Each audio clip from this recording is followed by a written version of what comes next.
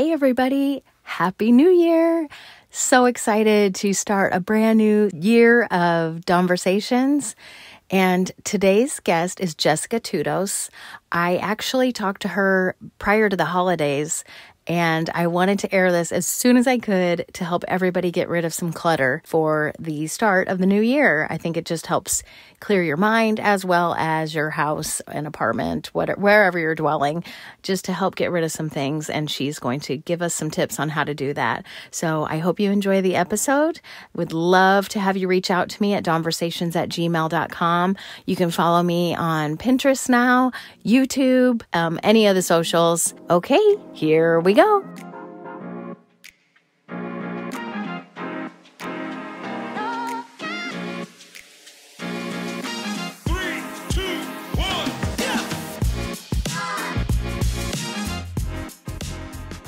So welcome to another episode of Dawnversations. Today's guest is Jessica Tudos. Welcome, Jessica. It's great to be here. Yes, I'm so happy to have you. So we are recording this prior to the holidays, but I want to air this, when we're trying our New Year's resolutions, and one of them is dealing with clutter, and that is your area of expertise. So, my first question is, because we are about ready to enter the holidays, when you know that you're about to acquire a bunch more stuff coming in your door with the holidays, how do you tackle that? Do you get rid of things prior to the holidays in order to compensate, or what's the best way to deal with that? Yeah, great question. I think it's great. Let's say holiday decorations, right? We take out the big box or boxes and we start going through, right? And we're like, okay, I don't really like that one. And instead of putting it back in the box, be like, we don't need this anymore, right? This isn't my style. This doesn't make me happy. I'm not using it. So why keep it? So it's a great time to pre-declutter, right? Before you put your things up. And then also at the end, right? At the end of the season, you kind of go through it again. You're like, you know what? This isn't, three questions, right? Do you love it? Do you use it? Do you need it? Ask yourself those three questions, right? And if it's not one of those, you really have to ask yourself, what am I hanging on to here? Okay, so what about if it's sentimental? Hardest category. Yeah, I know. I mean, because that's a lot of those decorations and ornaments and things, they might be slowly falling apart, or things that your great grandma passed down. And there's a lot of guilt associated with getting rid of that stuff. And again, if you love it, despite the cracks and the this and the broken, it's not, don't let go of it. Like if it's meaningful and it brings you joy. I mean, I know that's Marie Kondo-ish and all of that, but there's some truth to that. If you look at this, and again, we're talking about decorations, but we could be talking about many other things, right? Most things. If there's a use for it, if you love it and it's meaningful and it aligns with who you are at this stage in life, great. Find a way to keep it. Again, you can, for instance, in our house, we had all those little ornaments, and I thought, you know what? We're going to put little nails along the staircase and hang them all along. And honestly, this is the second year I've done it, and it is so joyful. So we found a neat way to use those things, right? That make us happy and create meaning. And so there are ways to keep it. But if it doesn't check those boxes, it's just clutter. So you are taking old things and displaying them in a new way to almost like as a discussion piece or something. Exactly. Conversation starter.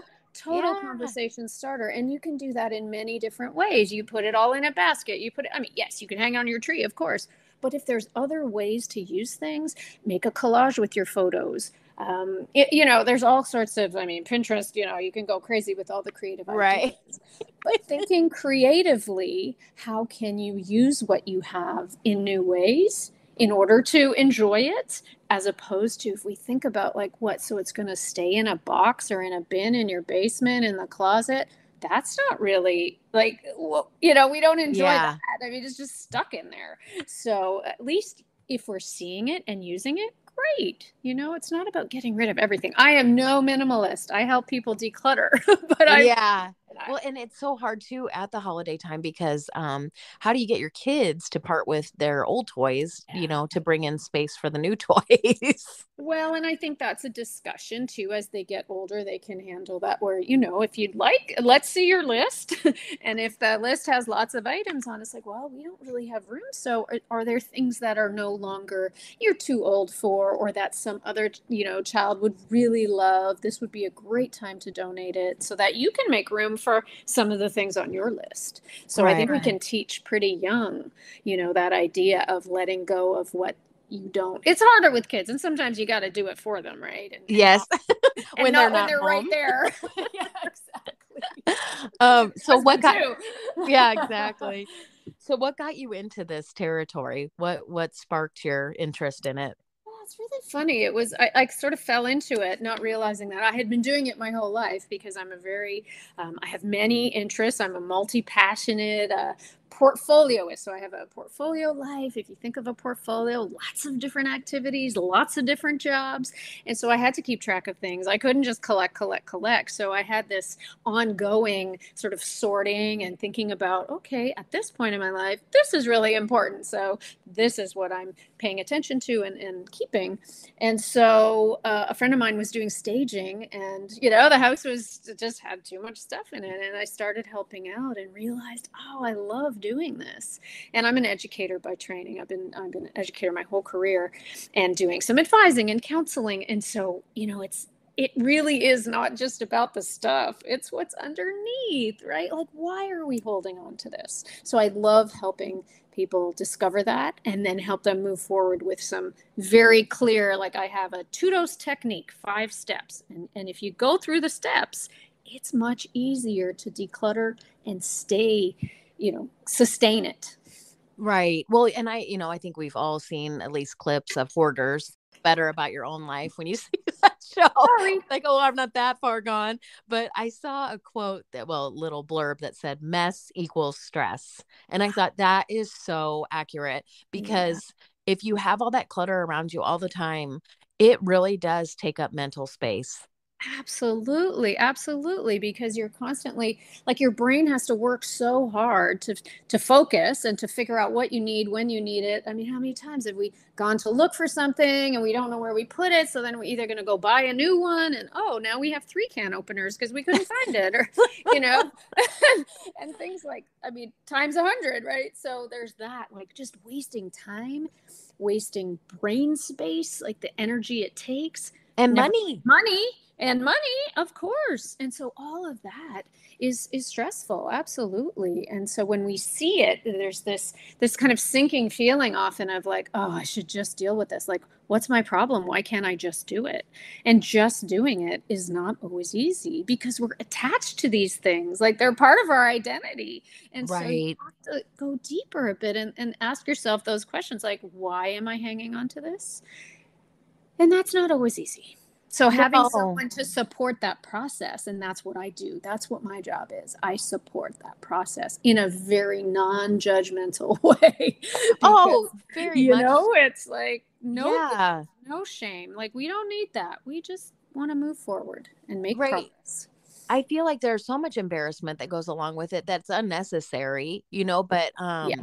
Yeah. I what It's is that? real. What It's is real that? though, right? It is real when people say, "Yeah, I don't really want people to come to my house because it's too messy," or "I don't really I just can't handle that part of my life. I'm just messy. I'm a messy person." It's like, "No, you know what? It's probably just lifestyle and everybody's a bit different. We all want our home and our workspace to look different. Some people love seeing lots of things organized. That's me. Like I don't put it all away, but I have a system.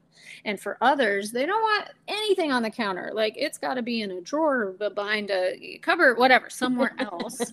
But again, if you don't have a system, it's going to be so hard to keep that up. Yeah. So I think that's you have to know your lifestyle and how you operate.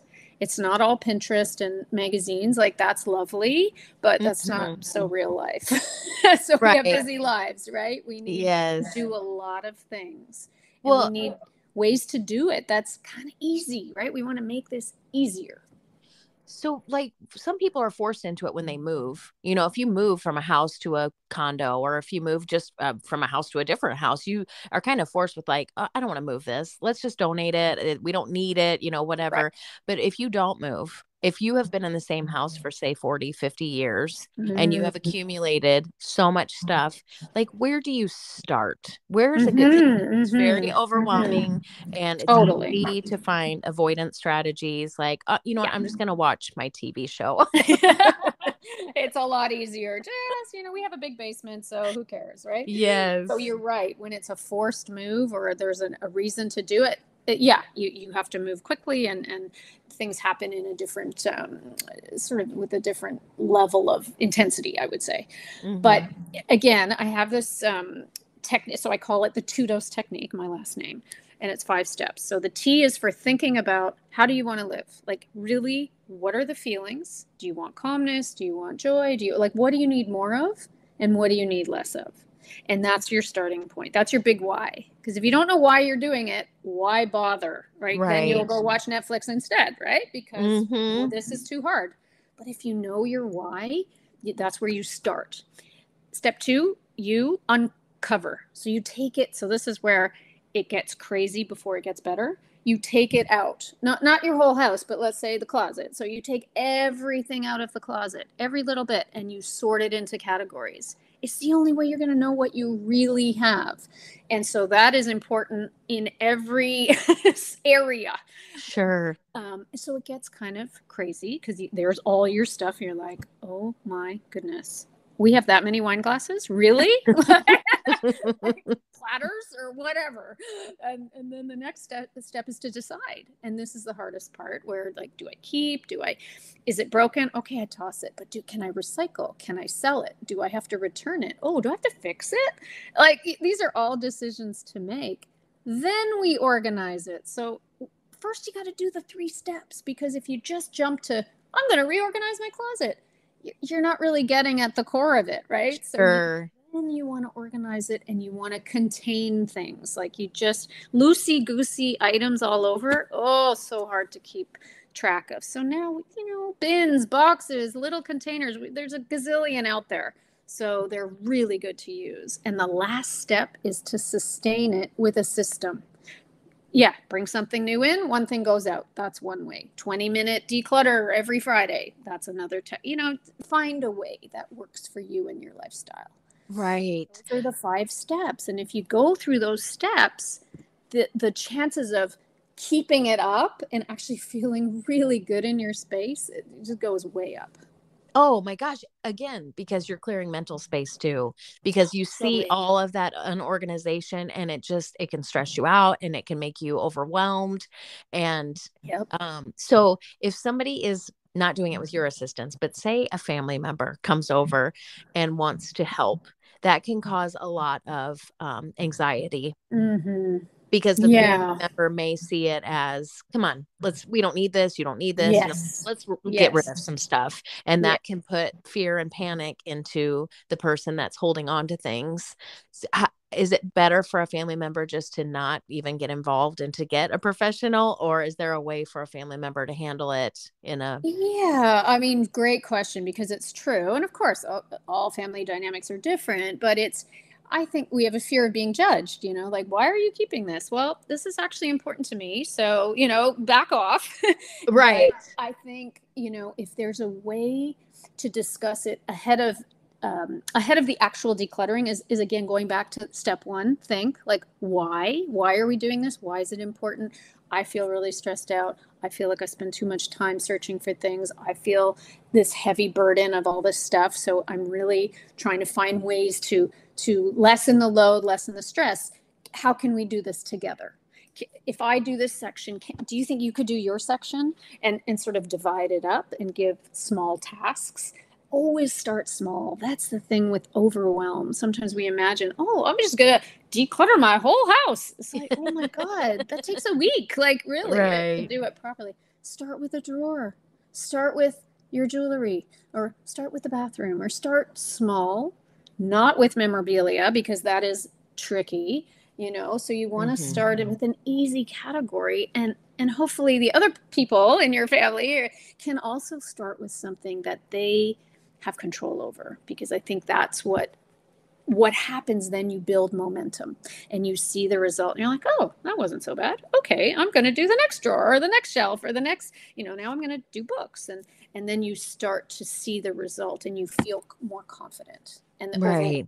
the overwhelm diminishes a little bit. Yeah. Yeah, I'm currently trying to help an elderly woman, and she has lost a lot of weight, and she has an Mm, abundance of clothes, and she clearly does not fit in the majority of the things in her closet. And I would hold up pants and say, "What about these?" And no, no, I'll probably still wear those. And mm, after we got through like 10 pairs of pants, I thought, I'm not making any progress and I'm only causing her frustration. right. Do you have any advice for that? Like, is there anything, or is that Yeah, that's a tough one, and I've seen it often too with women who are hanging on to like pregnancy clothes, right? And they want or little kids clothes, and it's about that, and so it's pretty like that's emotional, and that's very strong feelings attached to that. So I would move to a different category that doesn't cause so much okay? anxiety, and perhaps if the interest is in doing other parts of her living space, then I would, again, like bathroom, or those aren't quite as, you don't. Traumatic. Yeah, clothing is very, we're really attached because it is about our identity. And so especially as women, we are so hard on ourselves, right? Where the clothes, So this true. is the other way, but usually it's the clothes are too small. So here I'm hanging on to clothing that was from 20 years ago that I love, or maybe not even, but often it's older clothes, and it's letting go of a part of yourself, right? And so you have to kind of mourn that, and go through the process of, okay, this is what's happening, and it's okay, I'm going to be fine. But it's not just about putting it in the bag and taking it away. There's more to it, and so we get emotionally attached. And I Yeah. see that with clothing, that is, and food too, sometimes, like those two areas, like, because that's what we sometimes go to when we are anxious, when we need something to fill True. our cup. And so sometimes we just fill the cup too much, you know for most of us, like, just having a lot of stuff is, it's clutter. Hoarding is a mental Mm-hmm. it goes beyond where the ability to control that impulse is not there, and so it becomes difficult. And there's different strategies for that, and there's professional organizers who work solely with, or specifically with that category of clutter. So yeah. Okay, so that does bring me to my next question. If somebody does go through the process and they feel good and they're like, "Yes, I'm taking a handle on my situation," how do they stop themselves from getting back to that, from going out and Mhm. replenishing everything they got rid of? Right. Again, going back to the beginning, thinking about, how do you want to feel? What does it look like? And between, like, what is it now and how do you feel? What do you want it to be in the future and how do you want to feel? There's a gap probably in the middle, right? Like, sometimes Sure. very big and sometimes not so big. So depending on what's going on, how do you get from that first, point A to point B? And then how, like, just imagining that ending point. It's like, do you want to go back to A again? Oh, hopefully not, right? Because you've seen the Yeah. benefit and you're feeling the benefit.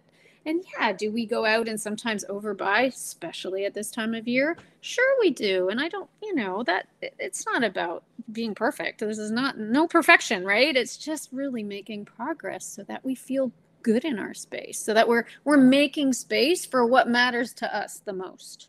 Yeah, because it's so easy to, when everything goes on sale after the holidays, Oh, like yeah. all the wrapping papers on sale, and Yes. everything goes on sale, and so people are like, well, Yes. it's a good buy, so why wouldn't I go and just purchase that? I got one heck of a deal.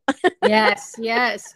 But with the deal comes the clutter, and comes the stress, and comes all the things that, Yes, we that come with accumulation.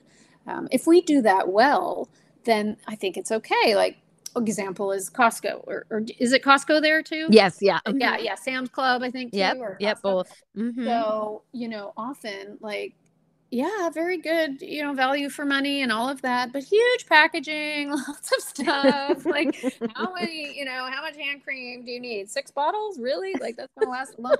So, if you don't live in a space which can handle that, it's really stressful. And if you don't plan to deal with packaging right when you come home and you have 20 minutes to deal with Costco packaging, figure your stuff out, then it gets overwhelming, right? So you Yeah. have a system where you go, okay, fine, I'm going to buy all the things, but I'm going to take it out of the boxes and put it, in this bin, which is bathroom overflow. And that's it. You have one bin for bathroom overflow. And so it's not all over the place, right? So Yeah. that is really, really helpful I mentioned before about containing things. Bins and boxes and trays, they are your best friend when it comes to creating a system that you can keep up with. Right, right. And it just makes for an orderly mind too. So that's awesome. And I love that you were Absolutely. able to use the acronym for all of those steps. That was just fantastic. Yeah, yeah, I Great know. job. Great job. Um, so so before I let you go, I have to talk to you about being in the Olympics. I have no idea what event you were in. I did not do that research, so please tell me. I am obsessed with the Sure, Olympics. So sure, I'm so sure. excited. Tell me about it. Yeah, I was a member of Team Canada on the gymnastics team in 1984. So I don't know if you remember the Mary Lou Mary Retton Lou Retton, era. that's right. Yes, yes, Yes. yes. That was my time. And so it Oh, was what an amazing. awesome Yeah, experience. yeah. So I did gymnastics I did many sports at a young age. I had a lot of energy, so it needed to go in in a direction. My parents are like, no more jumping on the bed. Come on. And so gymnastics was a great fit, and so I did that for What many, was your many years. area of specialty? What was your favorite? Well, see, this is going to age me because now I'm like, what do you mean you get to only do vault? Like, what is that specialty thing? We had to do Right. every event, all 4 events. Yeah, no choosing. I liked the bars and beam the best, but you had to do all 4. There was no specializing at that point. Right. Yeah. Oh, I love the Olympics so much. And the gymnastics is one of my favorites, that and ice skating. Yeah, So yeah, that is so yeah. cool. Well, It good was a job. great That is, experience. Yeah, I yeah. can't even imagine. You learn a Um, lot through sport. You grow up quickly, and I think I bring a lot of what I learned at that young age, to the work I do now. and the Yeah. energy, I can tell in your voice that you have a lot of energy, which is I do great. have energy. Well, you have to do what you're doing. So that's amazing. Yeah. So how can people find you? The best way to find me is on my website. It's jessicatudos.com. That's me. I've been, it's interesting. Like with clutter, yes, it can be physical, and as you mentioned, mental. And something like social media can also start to clutter up, and that's what I was realizing. So I am a little bit on social, but not that much. I really made a conscious choice to sort of declutter in that area of my life. So it's interesting, how you can take this into other places, I guess. Oh, for sure. And So I've just recently thought about doing the same. I told my husband that last night. I said, yeah, it yeah, just gets to be too much. There's too many things. yeah, And yeah. I get completely overwhelmed with too many choices, whether it's a menu, at a Yep, restaurant, yep. too many options. And my brain just starts to go Yeah. crazy. So, Yeah, absolutely. So uh, yeah, the best place jessicatudos.com, and I do I do one-on-one work. I do it online. Here in the Toronto area, I do stuff in person, and I work with a colleague, and we do something really fun called Make Space, and she's a DJ and a creative woman, and she has amazing music, and we get together for 2 hours. Everybody works on whatever project they're working on, decluttering, and we have amazing music, and we support each other. That is a very good way that's to so do this.